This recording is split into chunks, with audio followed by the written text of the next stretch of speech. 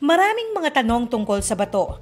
Hindi na nga nakapagtataka dahil dumarami na ang bilang ng mga nagkakasakit sa bato. Sa datos ng nasyonal, sa bawat 40 minutes, may isang Pilipino na nagkakasakit sa bato. At sa bawat 60 minutes o isang oras, may isang Pilipino na nauuwi ang sakit sa dialysis o pagpalya ng bato. Sa Pampanga, aabot na sa halos 3,000 ang mga dialysis patients na regular na tinutulungan ng Kapitolyo sa kanilang gamutan. Kaya naman para hindi na madagdagan, kundi man mabawasan, nakipagsanib ang Provincial Government of Pampanga sa Diabetes Philippines at AstraZeneca para sa early detection ng mga kabalen na may sakit sa bato. Ito ang Iwas Sakit Bato Preventive Kidney Disease Program sa ilalim ng Alagang Nanay Preventive Healthcare Program ni Pampanga Governor Dennis Delta Pineda at Vice Governor Lilia Nanay Pineda. Sa programang ito ng Kapitolyo, pupunta sa bawat bayan at barangay para masuri ang mga high-risk na kabalen na may sakit sa bato. Ang mga high-risk ay ang mga taong hypertensive at diabetic. Sa pamamagitan ng ihi, malalaman na ang kondisyon at kalagayan ng bato. May 4 na phases ito. Una, ang screening. Ito ay pagtitest ng protina sa ihi para po makita natin agad at maimbestigahan kung may mga sakit sa bato or mga problema sa bato ang ating mga kababayan dito sa province of Pampanga. Pangalawa, ang testing of creatinine. Libreng pagtitest naman po pagkatapos kung nakita pong may protina sa ihi, may libreng testing naman po sa dugo na fasting para po makumpirma kung talagang may problema or kailangan pa pong thoroughly pag-aralan na may problema sa bato ang isang pasyente.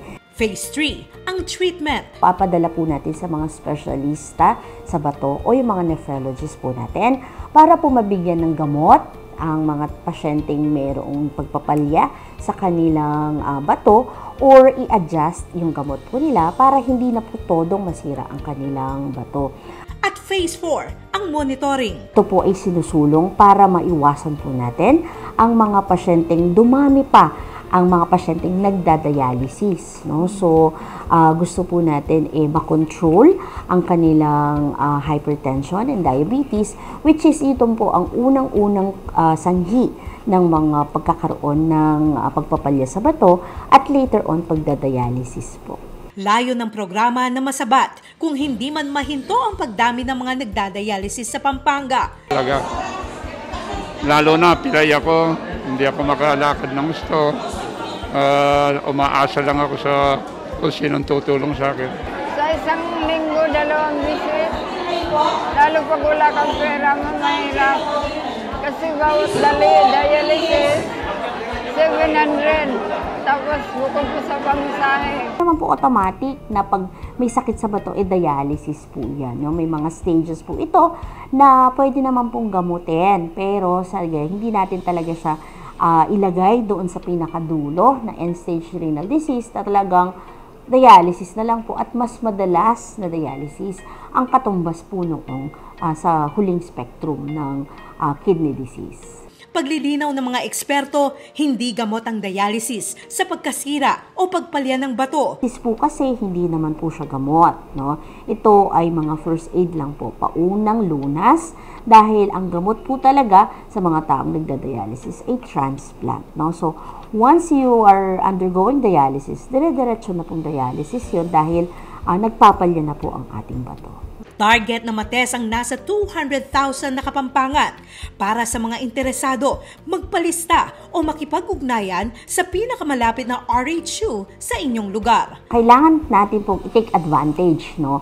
Itong preventive healthcare na ino-offer po sa atin at binibigay ng libre ng provincial government sa pangunguna nga po ulit ng ating Governor Dennis Delta Pineda and Vice Governor Nanay Lilia Baby Pineda. Tayo po ay mas maging proactive at makihalahok, no, dito sa ating programang Iwas Sakit Bato para po sa inyo po ito, and sa lahat po ng phases ng ating programa, ito po ay libreng binibigay.